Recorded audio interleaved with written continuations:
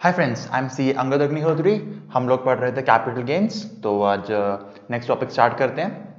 Last class में हमने पढ़ा था, अगर आप एक कैपिटल एसेट को स्टॉक इन ट्रेड में कन्वर्ट करते हो तो क्या होता है ट्रीटमेंट। इसके लिए एग्जांपल लिया था मैंने जतिन बपी लहरी का कि उसके पास बहुत सारा गोल्ड था, उसने एक दिन ज्वेलरी की शॉप ओपन करी, सारा अपना कैपिटल एसेट ज्वेलरी वाला एज अ स्टॉक वहां रख दिया।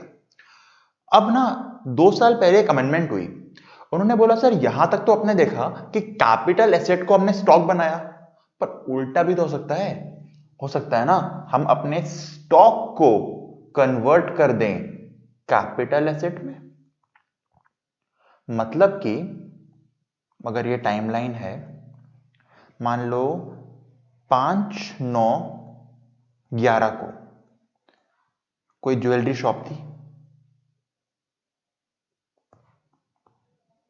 इसमें गोल्ड पड़ा हुआ था। ज्वेलरी शॉप में अगर गोल्ड पड़ा है तो ये कैपिटल एसेट है या stock in trade? Stock in trade है।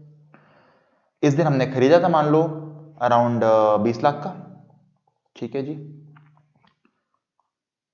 18/9/16 को क्या हुआ, हमने शॉप कर दी बंद और जो गोल्ड बचा था इसको अपने घर लेके आ गए। अगर शॉप बंद कर दी और गोल्ड को घर लेके आ गए तो अब गोल्ड क्या बच गया, क्या बन गया? अब गोल्ड बन गया कैपिटल एसेट, क्योंकि स्टॉक तो रहा नहीं, शॉप बंद हो गई। जब दुकान बंद होती है हम 2 चीज कर सकते हैं, या तो गोल्ड को बेच दें, बेच देंगे तो स्टॉक बिक जाएगा, या गोल्ड को अपने पास उठा के ले आए, अपने पास घर पे ले आए तो क्या बन गया? वो कैपिटल एसेट बन गया। फाइनली 11/8/19 को मैंने ये चीज सेल कर दी, मान लो 50 लाख की।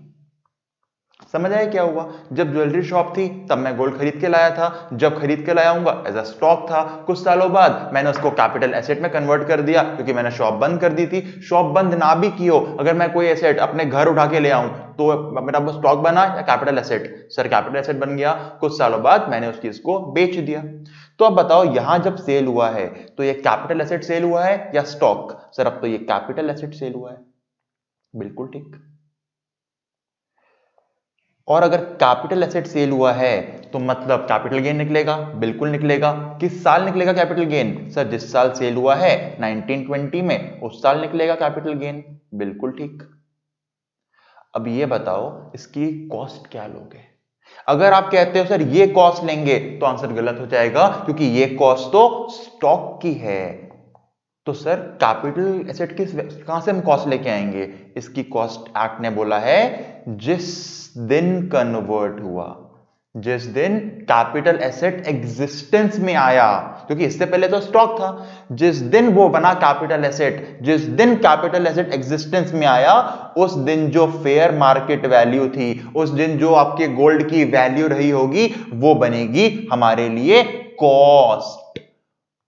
और सर कितने का सेल होगा वो तो क्वेश्चन आपको बताएगा। जैसे यहां बता रखा है 50 लाख का सेल हुआ, तो full value of consideration 50 lakh minus indexed cost of acquisition या फिर cost of acquisition depending on the holding period, वो क्या ली जाएगी? उस दिन की फेयर मार्केट वैल्यू जिस दिन स्टॉक कन्वर्ट हुआ था कैपिटल एसेट।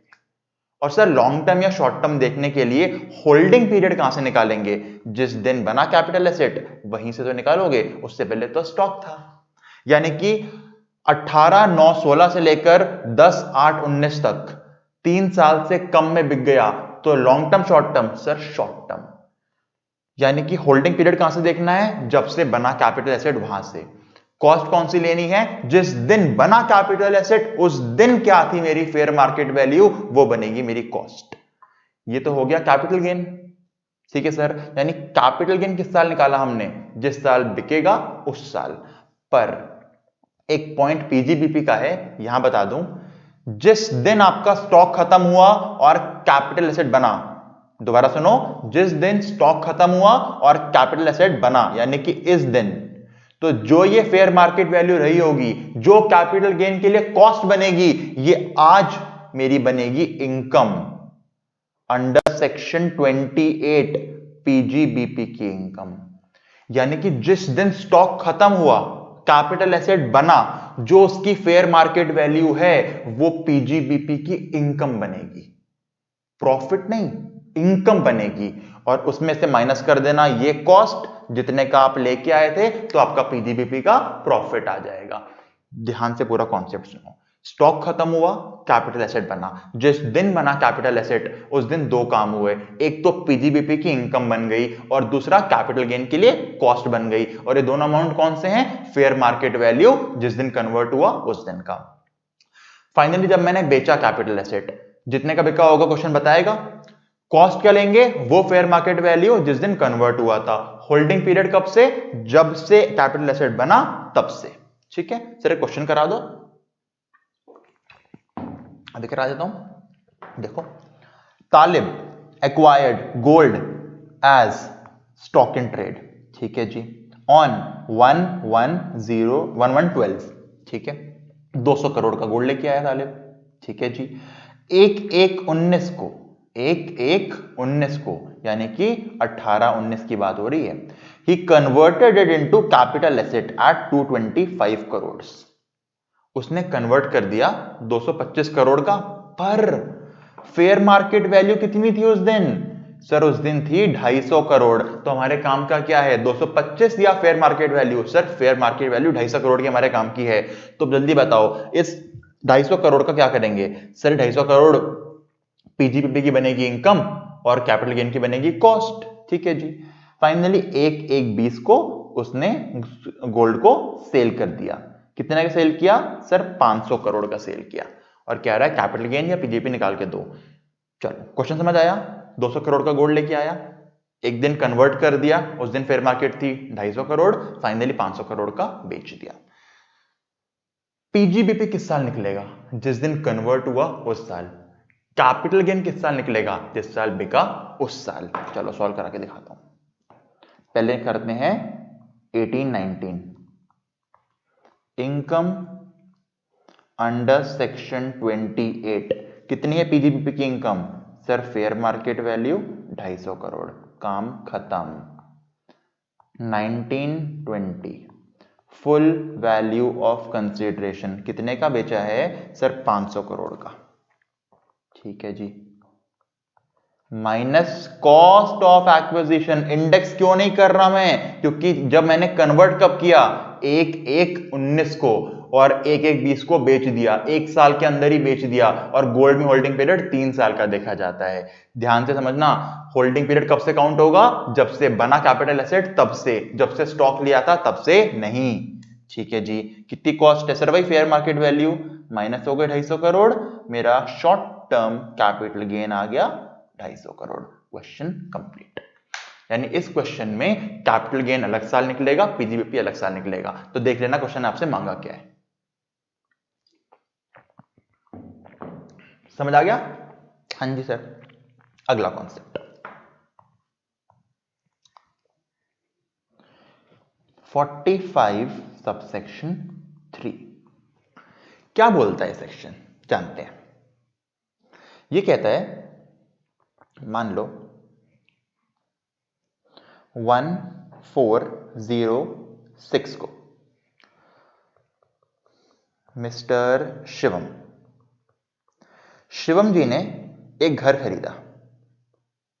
मान लेते हैं कितने का लें? चलो 5 करोड़ का, ठीक है, घर लिया। 1/11/19 हमारा प्रीवियस ईयर आ गया? आ गया सर। एक पार्टनरशिप फर्म है,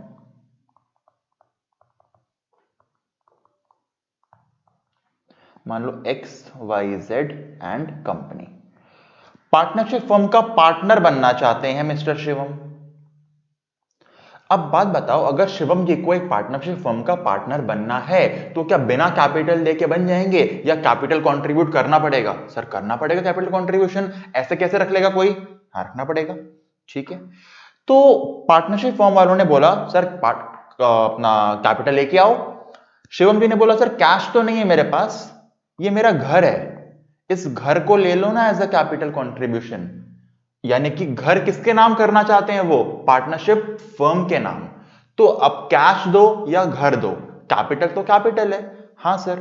तो इन्होंने क्या किया? अपना घर दे दिया फर्म को और बन गए वहां के पार्टनर।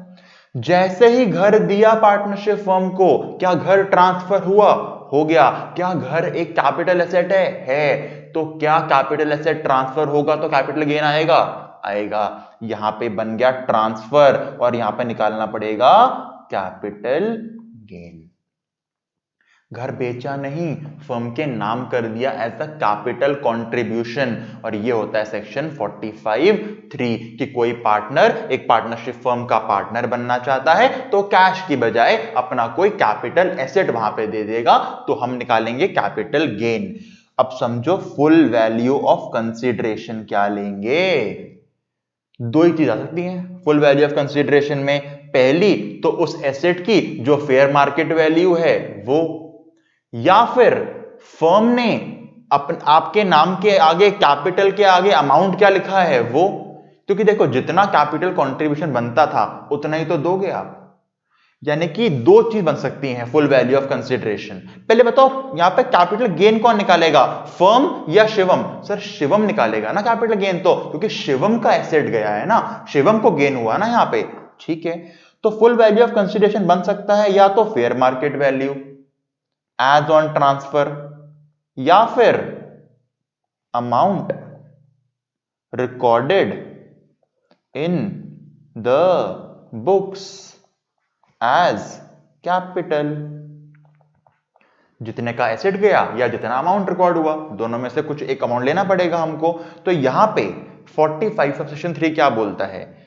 45(3) बोलता है सर देखो, हमको पता है एक पार्टनर ना चाहेगा उसका कैपिटल ज्यादा से ज्यादा रिकॉर्ड हो फर्म में, क्योंकि जितना ज्यादा कैपिटल उतना ज्यादा मिलेगा इंटरेस्ट ऑन कैपिटल, उतना ज्यादा मिलेगा प्रॉफिट। तो वो यहां हेराफेरी नहीं होने देगा, वो कहेगा जितना ज्यादा अमाउंट होगा उतना मेरा फायदा है, और जितना ज्यादा अमाउंट रिकॉर्ड करेगा उतना ज्यादा बनेगा फुल वैल्यू ऑफ कंसीडरेशन, उतना ज्यादा कैपिटल गेन, उतना ज्यादा टैक्स। यानी दोनों को फायदा है, गवर्नमेंट को भी फायदा है, उसको भी फायदा है। पार्टनर को क्या फायदा है? ज्यादा कैपिटल मतलब ज्यादा इंटरेस्ट ऑन कैपिटल, ज्यादा प्रॉफिट। गवर्नमेंट को क्या फायदा है? ज्यादा अमाउंट मतलब ज्यादा फुल वैल्यू ऑफ कंसीडरेशन, मतलब ज्यादा कैपिटल गेन पे टैक्स। बिल्कुल ठीक। तो यहां पे 45 सबसेक्शन 3 ने बोला जो अमाउंट बुक्स में रिकॉर्ड होगा, जो अमाउंट बुक्स में रिकॉर्ड होगा, जो अमाउंट बुक्स में रिकॉर्ड होगा वो बनेगा हमारा फुल वैल्यू ऑफ कंसीडरेशन। उसके अकॉर्डिंग क्वेश्चन को सॉल्व किया जाएगा। समझ आया? हाँ सर, बहुत इजी कॉन्सेप्ट एग्जाम में नहीं आता है, पर क्वेश्चन देख लो एक बार फिर भी। अब मैंने आपको आंसर भी दे दिए हैं, आप लोग तंग हो रहे थे बहुत ज्यादा कि आंसर नहीं मिल रहे हमको, मैंने आपको आंसर्स दिए हैं। समझो, mister Krishna is admitted as a partner in a firm. ठीक है सर, उसने गोल्ड ट्रांसफर किया एज कैपिटल कंट्रीब्यूशन। कब दिया? 1120 को, 1920 में गोल्ड दे दिया। फेयर मार्केट वैल्यू है गोल्ड की 50 लाख, पर फर्म ने रिकॉर्ड किया एज 30 लाख। क्या लोगे, 50 या 30? सर 30 लाख। सर वो तो कम है। कोई बात नहीं, 45(3) ने क्या बोला? जो फर्म में रिकॉर्ड हो गया वो लेंगे। तो ये चीज काट दो, काम की वैल्यू मिल गई। एक्वायर कब किया था उन्होंने? 1/1/12 यानी कि 11/12 में। कितने का? 10 लाख का। कह रहा है गेन निकालो। ठीक है सर, गेन निकाल देते हैं, कोई दिक्कत ही नहीं है इसमें। तो क्वेश्चन नंबर कौन सा है? 49। आप लोग देख रहे हो, आप लोग 49 क्वेश्चन कर चुके हो सॉल्व कैपिटल गेन के। हाफ सेंचुरी होने वाली है आप लोगों की। फुल वैल्यू ऑफ कंसीडरेशन, पहली बात तो 19-20। फुल वैल्यू ऑफ कंसीडरेशन कितनी? सर 30 लाख, जो बुक्स में रिकॉर्ड हो गया वो अमाउंट। बिल्कुल ठीक। Minus index cost of acquisition, कोई दिक्कत नहीं है। कितने का लिया था कृष्ण जी ने? सर 10 लाख का लिया था। इनटू 289 डिवाइडेड बाय 11/12 का इंडेक्स देख लेते हैं सर। 11/12 का है 184। कितना आ गया है? 10 लाख इंटू 289 डिवाइड बाय 184, यह आ गया 1570652। तो मेरा लॉन्ग टर्म कैपिटल गेन आ गया 1429348। काम खत्म। देखिए आंसर मैच हो गया क्या? मैं भी तो गलती कर सकता हूं। Yes, answer match. समझ आ गया? हाँ सर, इजी था। अगला क्वेश्चन करने से पहले ना एक कॉन्सेप्ट और समझ लो। 45(3) ने क्या बोला, हम वो अमाउंट लेंगे जो बुक्स में रिकॉर्ड होता है, ठीक है सर। पर जहां जहां इमूवेबल प्रॉपर्टी दिख जाए, जहां जहां इमूवेबल प्रॉपर्टी दिख जाए, सेक्शन 50C मत भूलना। 50C याद है, अगर स्टैंप ड्यूटी वैल्यू मेरी सेल के 105% तक है तो हम क्या लेते हैं full value of consideration, sale consideration. पर अगर स्टैंप ड्यूटी वैल्यू मेरी घर की सेल कंसीडरेशन के 105% को क्रॉस कर जाए तो अब क्या बनता है full value of consideration, SDV, याद है ना। तो जहां जहां इमूवेबल प्रॉपर्टी आएगा 50C भी आएगा। यानी 45 सबसेक्शन 3 में ध्यान रखना, एक पार्टनर अगर कैपिटल कंट्रीब्यूशन में अपना घर दे रहा है, इमूवेबल प्रॉपर्टी दे रहा है, तो आंख बंद करके वो अमाउंट मत लेना जो बुक्स में है। अगर एसडीवी गिवन है तो 50C लगाना। तो यहां पे क्या होगा, बुक्स का अमाउंट और एसडीवी उससे कंपेयर करना पड़ेगा, बुक्स का अमाउंट और एसडीवी उससे कंपेयर करना पड़ेगा। और अगर एसडीवी बुक्स वाले अमाउंट से 105% से ज्यादा हो गई तो क्या बनेगा full value of consideration, SDV. दोबारा सुनो क्या बोला, अगर इमूवेबल प्रॉपर्टी ट्रांसफर हुई 50C आएगा। 50C क्या बोलता है, अगर मेरा एसडीवी सेल कंसीडरेशन के 105% से ज्यादा है तो क्या बनेगा फुल वैल्यू, एसडीवी बनेगा। तो यहां पे 45(3) के अंदर अगर बुक्स में जो अमाउंट रिकॉर्ड किया है एज अ कैपिटल वो, और एसडीवी अगर एसडीवी उस अमाउंट से 105% से ज्यादा है तो क्या बनेगा full value of consideration, SDV बनेगा। ये ध्यान रखना, ठीक है सर। क्वेश्चन देखते हैं, 51 करा रहा हूं पहले आपको मैं। Mister Nitish is admitted as a partner, ठीक है, अपनी बिल्डिंग दे दी, बिल्डिंग इमूवेबल प्रॉपर्टी 50C लगाना पड़ सकता है एज अ कैपिटल कंट्रीब्यूशन। कब दी, 15, 16, 19 को, ठीक है, 19-20 में दे दी। एसडीवी कितनी है सर, 80 लाख की। पर फर्म ने रिकॉर्ड करा एज 60 लाख, 60 लाख रिकॉर्ड किया, इसका बनता है 105%, 63 लाख। अगर एसडीवी 63 लाख तक होता तो हम 60 लाख ले लेते, कोई दिक्कत नहीं थी। पर एसडीवी कितना है, 80 lakh. SDV is more than 105% of the capital contribution. तो अब क्या बनेगा full value of consideration, 80 lakh. यानी सर हमको 45(3) अगर आ गया तो हमें देखना पड़ेगा एसेट कौन सा है। अगर इमूवेबल नहीं है तो कोई दिक्कत नहीं है, पर अगर इमूवेबल है तो दिक्कत है, 50C लगाना पड़ेगा। हाँ जी, कितने का लिया था, 25 लाख का। क्या है, गेन निकालो, क्वेश्चन खुद करोगे आप लोग। फुल वैल्यू ऑफ कंसीडरेशन क्या बनेगा sir, 80 lakh minus index cost of acquisition कैसे निकालोगे सर, 25 लाख का लिया था इंटू 289 डिवाइडेड बाय 4-5 का इंडेक्स, और आपका आंसर ये आ जाएगा। खुद सॉल्व करो, समझ आया इतना, ठीक है सर। अब सुनो एक और कॉन्सेप्ट, 50CA। 50C याद है अभी कराया। 50CA क्या बोलता है, अगर कोई अनलिस्टेड शेयर है, अनलिस्टेड शेयर मतलब ऐसा शेयर जो किसी स्टॉक एक्सचेंज पे लिस्टेड नहीं है। अगर कोई अनलिस्टेड शेयर है तो उसमें ना आपको बनेगा एक कॉन्सेप्ट, वो क्या बोलता है, अगर सेल कंसिडरेशन गिवन है, कितने का बेचा वो गिवन है, पर साथ ही साथ फेयर मार्केट वैल्यू भी गिवन है, तो अगर मान लो शेयर कंसिडरेशन 100 रुपए की है, फेयर मार्केट वैल्यू 90 रुपए की है, मतलब आपने बोला मैं 100 का बेच रहा हूं, मार्केट में वैल्यू 90 रुपए की है, फुल वैल्यू ऑफ कंसिडरेशन क्या बनेगा सर, 100 बनेगा। पर अगर सेल कंसिडरेशन 100 रुपए की है, फेयर मार्केट वैल्यू 102 रुपए की है, तो फुल वैल्यू बनेगा 102। यानी कि 50CA बोलता है अगर कोई अनलिस्टेड शेयर है, आपने उसको फेयर मार्केट वैल्यू से कम पे बेचा, आपने किसी अनलिस्टेड शेयर को फेयर मार्केट वैल्यू से कम पे बेचा, तो हम फुल वैल्यू क्या मानेंगे, फेयर मार्केट वैल्यू को।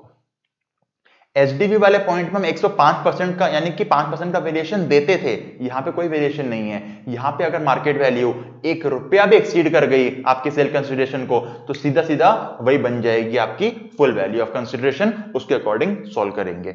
सर यहां पे क्यों बताया ये, या इसीलिए बताया कि अगर 45 सबसेक्शन 3 में एक पार्टनर को पार्टनर बनने के लिए अनलिस्टेड शेयर्स दे दिए एज अ कैपिटल कंट्रीब्यूशन, तो सीधा सीधा बुक्स का अमाउंट मत उठाना, पहले देखना क्या फेयर मार्केट वैल्यू मेरी बुक्स वाले अमाउंट से ज्यादा तो नहीं है। अगर ज्यादा है तो जो फेयर मार्केट वैल्यू है अब वो बनेगी मेरी capital full value of consideration. Question कराता हूं फिर आपको समझाता हूं। मिस्टर मोहन को एडमिट किया एज अ पार्टनर, उसने ट्रांसफर किए अनलिस्टेड शेयर्स। कब किए? 19-20 में। फेयर मार्केट वैल्यू कितनी है सर? 40 लाख। फर्म ने रिकॉर्ड किया 25 लाख। अच्छा गोल्ड नहीं है, ये शेयर्स है। हाँ ये शेयर्स है, वो भी अनलिस्टेड, ठीक है। Fair market value 40 lakh, firm ने रिकॉर्ड किया 25 लाख। क्या फेयर मार्केट वैल्यू कॉस्ट से ज्यादा है? कॉस्ट मतलब क्या fair market value capital contribution से ज्यादा है? ज्यादा है। क्या बनेगा full value of consideration? 40 lakh. कितने का एक्वायर किया था? 15 लाख का। क्वेश्चन हो जाएगा, कोई दिक्कत नहीं है। Full value of consideration 40 lakh minus indexed cost of acquisition कितनी sir? 15 lakh into 289 divide by 10-11 का इंडेक्स। थोड़ा कंफ्यूजन हो रहा है तो सुनो, 45(3) में क्या बनेगा फुल वैल्यू ऑफ कंसिडरेशन? देखो, अगर आपने इमूवेबल प्रॉपर्टी दी है तो आपको देखना पड़ेगा if SDV is more than 105% of amount recorded in books, तो फुल वैल्यू क्या बनेगा? SDV। इन अदर केस, इसके अलावा कोई भी केस हो तो फुल वैल्यू क्या बनेगा? अमाउंट रिकॉर्डेड इन बुक्स। अदर केस का मतलब क्या हो गया? एसडीवी 105% तक की है या फिर एसडीवी कम है। अगला, अगर अनलिस्टेड शेयर्स हैं तो if fair market value is more than amount recorded in books, full value of consideration क्या बना? Fair market value. If fair market value is less than or equal to amount recorded in books, fair market value क्या बना? full value of consideration। sorry गलत हो गया है।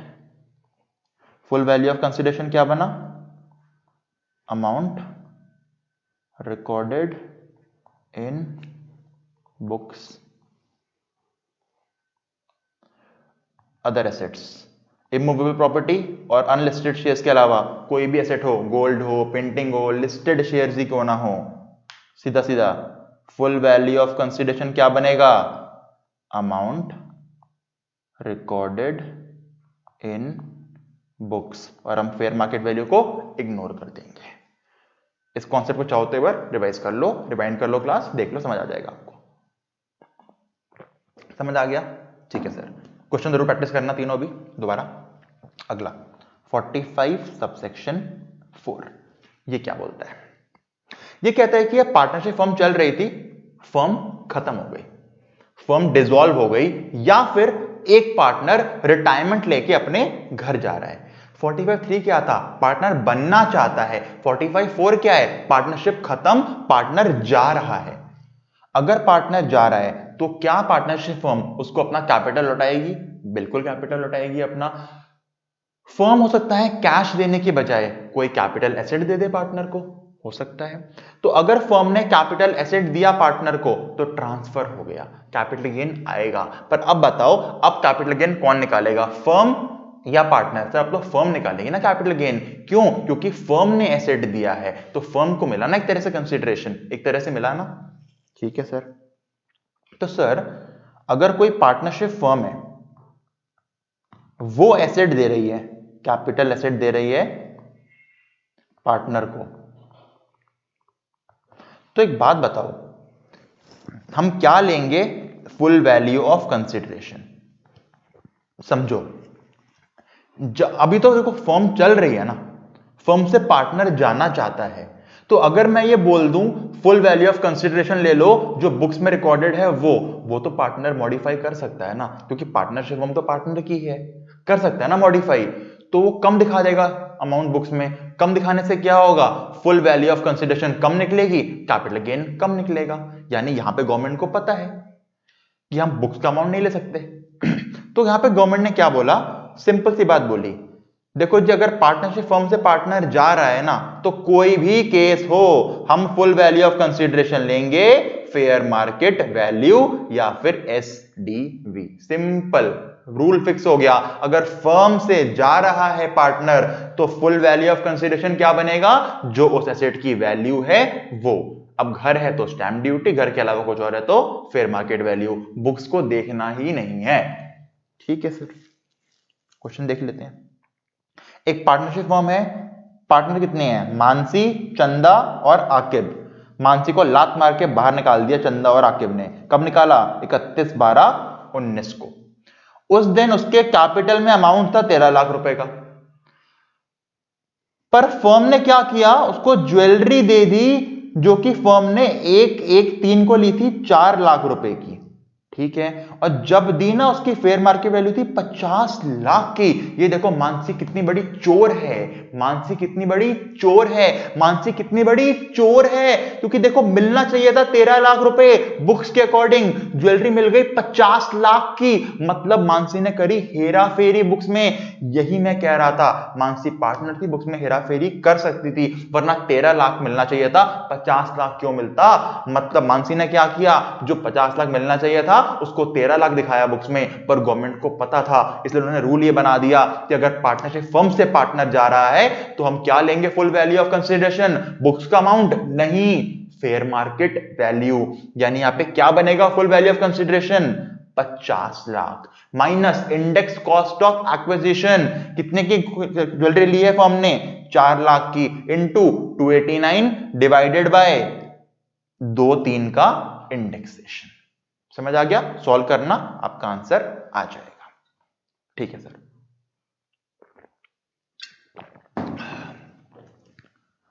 अब चलते हैं अगले कॉन्सेप्ट के ऊपर। क्वेश्चन आपको खुद करो, मैंने आंसर दे दिया, सॉल्व कर सकते हो, समझा भी रहा हूं मैं आपको। 45 सबसेक्शन 5 ये क्या होता है,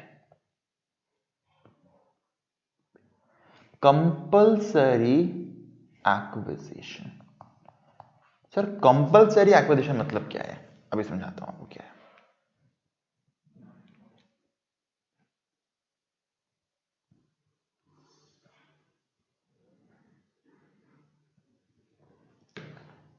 देखो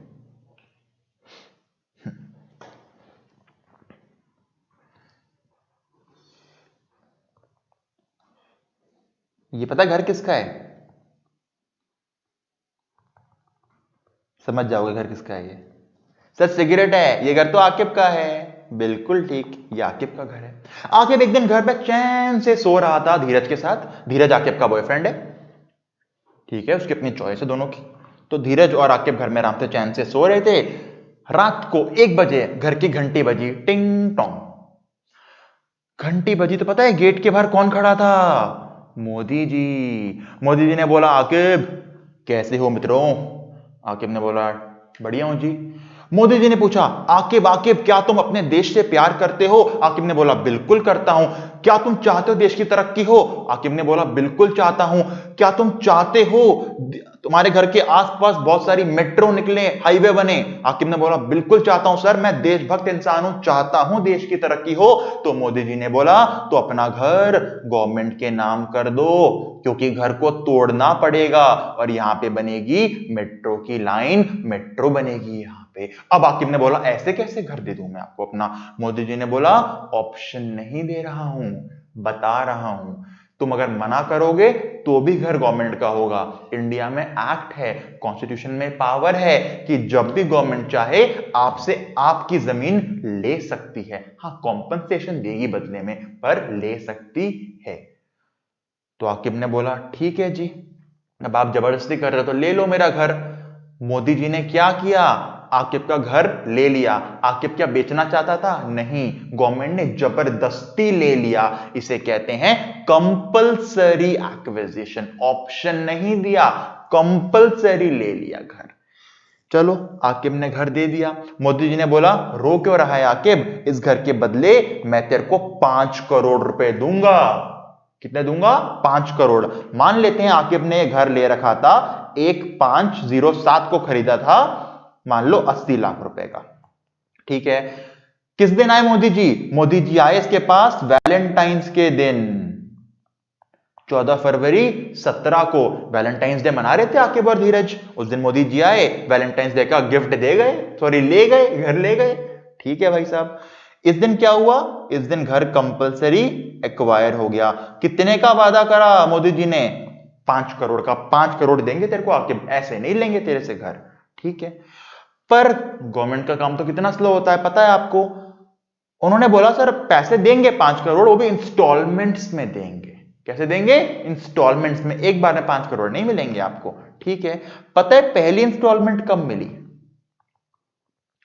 पहली इंस्टॉलमेंट मिली 5/9/19 को। 2 साल लगा दिए इंस्टॉलमेंट देने में, और कितनी मिली इंस्टॉलमेंट? 2 करोड़ रुपए की। यानी कि 3 करोड़ मिलने हैं, बाकी हैं, मिलेंगे, पर पहली इंस्टॉलमेंट मिल गई 2 करोड़ की। ठीक है, अब ये सेक्शन 45 सबसेक्शन 5 क्या बोलता है सुनो।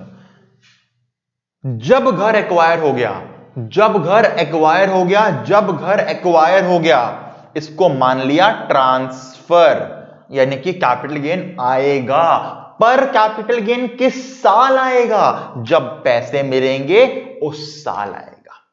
ठीक है सर, सर 2 करोड़ ही मिले हैं। यहां पे गवर्नमेंट ने क्या बोला?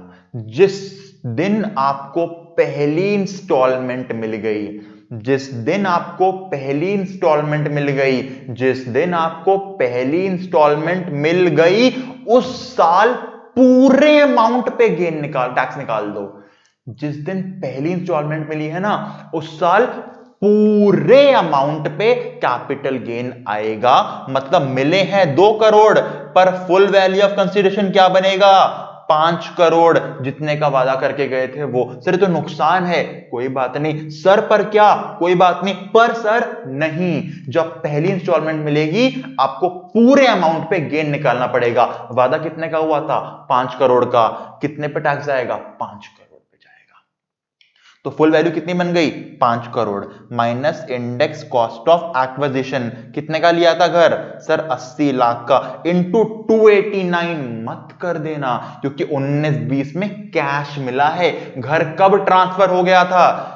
सर 14 फरवरी 17 को। कौन सा साल है ये? 16-17। तो ऊपर आएगा 16-17 का इंडेक्स। दोबारा सुनो, इंडेक्सेशन कब तक का होगा? जब घर चला गया तब तक का। इंडेक्सेशन कब तक का होगा? जब घर चला गया तब तक का। पर गेन किस साल निकालोगे? जब पहली इंस्टॉलमेंट मिलेगी उस साल। सर अमाउंट क्या लेंगे फुल वैल्यू में? पहली इंस्टॉलमेंट का या टोटल? टोटल। 16-17 का इंडेक्स कितना है? 16-17 का इंडेक्स है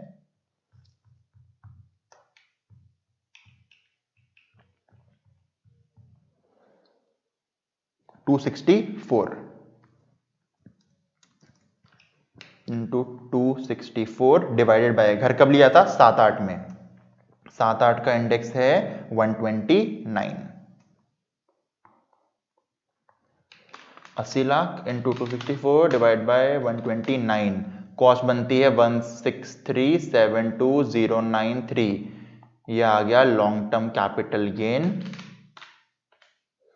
33627,907। ये आपका बन गया long term capital gain. Sir यानी कंपलसरी एक्विजिशन में हम इंडेक्सेशन करेंगे उस साल का जब घर चला गया, बिल्कुल, पर गेन निकालेंगे उस साल जब पहली इंस्टॉलमेंट मिली उस साल, बिल्कुल। अब सर पहली इंस्टॉलमेंट कितनी भी मिली हो, हम पूरे अमाउंट पे गेन निकालेंगे? हाँ पूरे अमाउंट पे गेन निकालोगे। पर सर यहाँ 2 करोड़ मिले हैं, हाँ 2 करोड़ मिले हैं, आने वाले टाइम में बाकी पैसे यानी 3 करोड़ और मिलेंगे, बिल्कुल मिलेंगे। तो जब और पैसे मिलेंगे क्या फिर गेन निकालोगे? फिर गेन क्यों निकालोगे? आप पूरे 5 करोड़ पे गेन निकाल तो चुके हो। अरे हाँ सर ये बात तो है। सर क्वेश्चन कराना एक बार, अभी कराता हूं।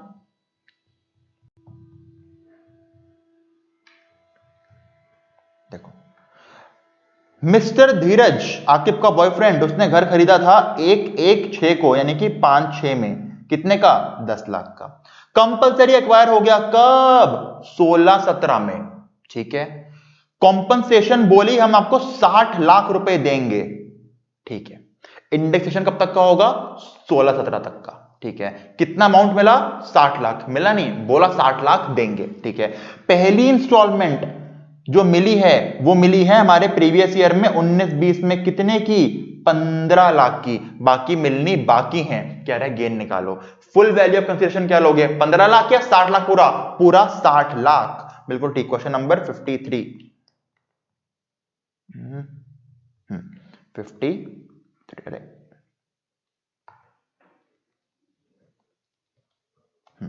Question number 53। Full value of consideration कितनी? सर 60 लाख। किस साल गेन निकाल रहा हूं मैं? 19-20 में। ठीक है, minus index cost of acquisition. कितने का लिया था घर? सर 10 लाख रुपए का।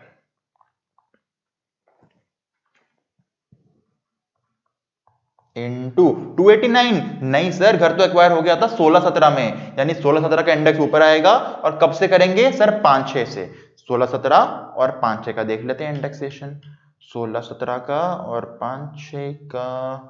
16-17 का है 264 और 5-6 का है 117 इंटू 264 डिवाइड बाय 117।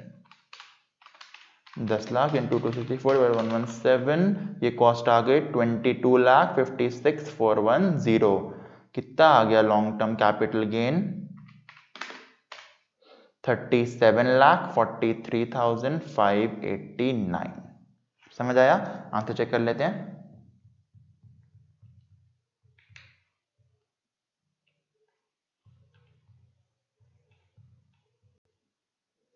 बिल्कुल ठीक आंसर। समझ आ गया? हाँ सर इजी था। 54 खुद करो। क्वेश्चन बताता हूं क्या बोलता है। संतोष जी ने घर खरीदा 15-10-5 को 8 लाख का।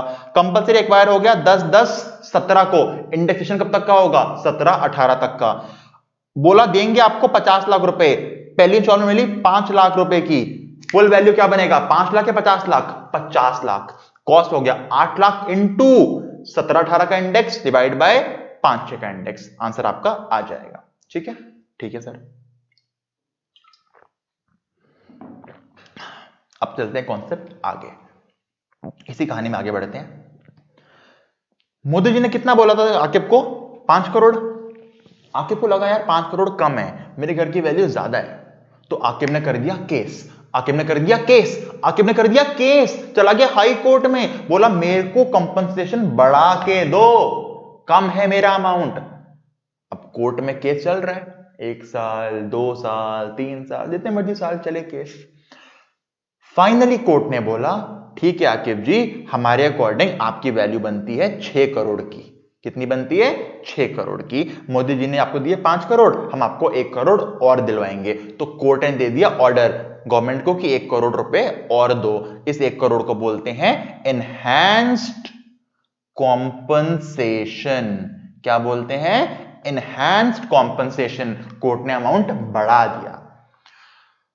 अब सुनो, कोर्ट केस तो चल रहा है, उससे पहले एक इंस्टॉलमेंट तो आ चुकी होगी, यानी जब इंस्टॉलमेंट आई होगी हम पूरे 5 करोड़ पे गेन निकाल चुके होंगे। हाँ निकाल चुके होंगे, यानी कि सर टैक्स तो हम निकाल चुके हैं 5 करोड़ पे। जो एक्स्ट्रा मिलेगा उसी पे टैक्स नहीं दिया होगा ना, उस पे अब टैक्स ले लो मुझसे। ठीक है, तो एनहांस कंपनसेशन में क्या करते हैं हम लोग? देखो, एनहांस्ड कंपनसेशन पहली बात तो कब टैक्सेबल होगी? जिस साल मिलेगी उस साल टैक्सेबल होगी। कब टैक्सेबल होगा? जिस साल मिलेगा तब टैक्सेबल होगा। फुल वैल्यू ऑफ कंसिडरेशन कितना? जितना मिला वो। जैसे यहां कितना मिला? 1 करोड़। माइनस सीधा एक्सपेंस करना, कॉस्ट माइनस मत करना, क्योंकि कॉस्ट ऑलरेडी गेन निकालते माइनस कर चुके हो। कॉस्ट तो ऑलरेडी गेन निकालते हुए 5 करोड़ के लेके सॉल्व कर चुके थे ना। हाँ, तो यहां पे सर एक्सपेंस क्यों बोला आपने? अरे कोर्ट केस करोगे तो क्या कोई लीगल फीस वगैरह, आपकी फाइल, आपके लॉयर की फीस वगैरह, ये माइनस नहीं करोगे? ये माइनस होगी ना? बिल्कुल होगी। माइनस हो सकता है सर 5 लाख रुपए लग गए कोर्ट केस में वगैरह वगैरह में, तो 95 लाख आ गया सर मेरा। इसको भी कैपिटल गेन बोला जाएगा। ये कैपिटल गेन लॉन्ग टर्म होगा या शॉर्ट टर्म? कैसे याद करोगे? सर जितने साल केस चलेगा वो नहीं, ये लॉन्ग टर्म होगा या शॉर्ट टर्म होगा, ये होगा, डिपेंड करेगा कि जो आपका ओरिजिनल गेन निकला था, जो आपका ओरिजिनल गेन निकला था, जो 5 करोड़ पे गेन निकला था, अगर वो लॉन्ग टर्म था तो एनहांस्ड वाला गेन भी लॉन्ग टर्म माना जाएगा। अगर जो पहले 5 करोड़ पे गेन निकाला वो शॉर्ट टर्म था तो एनहांस्ड वाला भी शॉर्ट टर्म माना जाएगा। कितने मर्जी साल केस चलता रहे, इसका लॉन्ग टर्म या शॉर्ट टर्म डिपेंड करेगा ओरिजिनल वाला क्या था। ओरिजिनल लॉन्ग टर्म तो ये भी long term, original short term तो ये भी शॉर्ट टर्म। यानी कि जितना अमाउंट एक्स्ट्रा मिला वो बन गया full value of consideration. Expense में क्या माइनस करेंगे, सिर्फ वो खर्चे जो कोर्ट में लगे वो। सिंपल, समझ आ गया? हाँ थोड़ा बहुत तो आया सर। एक क्वेश्चन कराना, लो करते हैं। क्वेश्चन पढ़ो 55। कहता है धीरज जी ने परचेज किया घर 1/1/2006 को 5/6 को 10 लाख रुपए का। कंपल्सरी एक्वायर हो गया 16/9/16 में एक्वायर भी हो गया, ठीक है जी। ओरिजिनल कॉम्पनसेशन मिला 60 लाख का। वही क्वेश्चन रिपीट किया मैंने जानबूझ के। पहली इंस्टॉलमेंट मिली 15 लाख रुपए की 25/4/19 को, ठीक है। क्वेश्चन रिपीट हुआ, देख लेते हैं हमारा क्या आंसर आया था। सर हमारा गेन निकल गया था 19-20 में इतना 37,43,589 का, ठीक है। 591 रुपए का हो गया। ये तो कोई दिक्कत नहीं है, क्वेश्चन करा था, हाँ कोई दिक्कत नहीं आता सर।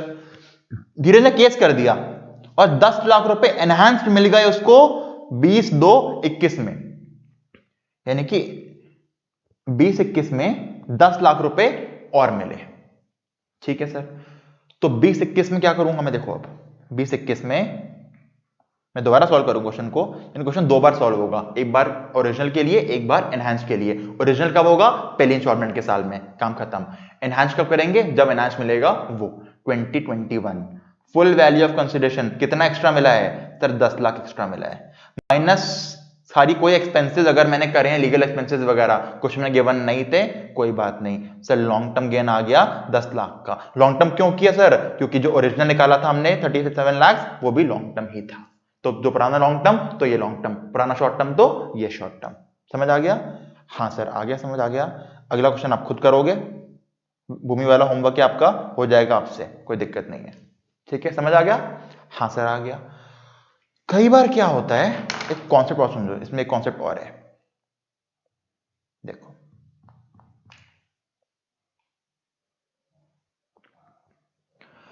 अब कई बार क्या होता है कि अमाउंट आपको लेट मिल रहा है, इंस्टॉलमेंट से मिल रहा है, या फिर कोर्ट ने ऑर्डर दिया कि और बढ़ा के अमाउंट मिलना चाहिए था आपको, तो अमाउंट डिले हुआ ना। जो 6 करोड़ मिलने चाहिए था पहले 5 करोड़ मिले, 1 करोड़ कुछ सालों बाद मिला केस जीतने के बाद, तो इतना लेट अमाउंट मिल रहा है तो इंटरेस्ट नहीं मिलना चाहिए, इंटरेस्ट मिलना चाहिए। तो अगर इंटरेस्ट मिलता है तो ये आपकी इनकम मानी जाती है अदर सोर्सेज की। किसकी मानी जाती है, अदर सोर्सेज की। यानी कॉम्पनसेशन मिला कैपिटल गेन्स, इनहैंस कॉम्पनसेशन मिला कैपिटल गेन्स, पर उस पर इंटरेस्ट मिला तो अदर सोर्सेज की इनकम है। कहां पढ़ेंगे हम लोग, अदर सोर्सेज में। अभी के लिए समझ लो, अगर मुझे 10 लाख का इंटरेस्ट मिला है तो मैं इनकम में ऐड करता हूं 5 लाख। अगर मुझे 3 लाख का इंटरेस्ट मिला है मैं इनकम में ऐड करता हूं 1.5 लाख। क्यों, क्योंकि मान लेते हैं 50% हमारे खर्चे हो गए। डीप में पढ़ेंगे अदर सोर्सेज में। अभी के लिए इतना समझ लो, जितना भी इंटरेस्ट मिलेगा आधा मान लेंगे खर्चा हो गया, आधा मेरी इनकम में ऐड हो जाएगा। सिंपल। यानी 6 लाख का इंटरेस्ट मिला तो 3 लाख, बढ़िया, ठीक है। और अगर 3 लाख का इंटरेस्ट हमने ले लिया 6 लाख के मिलने के बाद, तो और कोई खर्चा माइनस नहीं होगा, लीगल फीस माइनस नहीं होगी, कोई खर्चा माइनस नहीं होगा, ऑटोमेटिकली हम मान लेते हैं 50% खर्चा हो गया था। बाकी सब पढ़ेंगे अदर सोर्सेज के अंदर, यहां पे चिल करो, ठीक है। ठीक है सर, एक और सुनो कॉन्सेप्ट।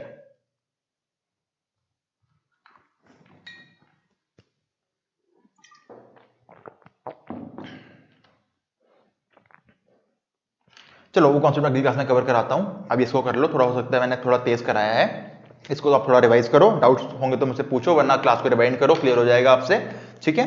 तो अब मिलते हैं नेक्स्ट क्लास में, और चैनल को सब्सक्राइब कर दो यार, अगर अच्छा लग रहा है तो लाइक करके मुझे बता दो, और कमेंट कर दिया करो कभी कभी, मुझे पता लग जाएगा कैसा लग रहा है आपको।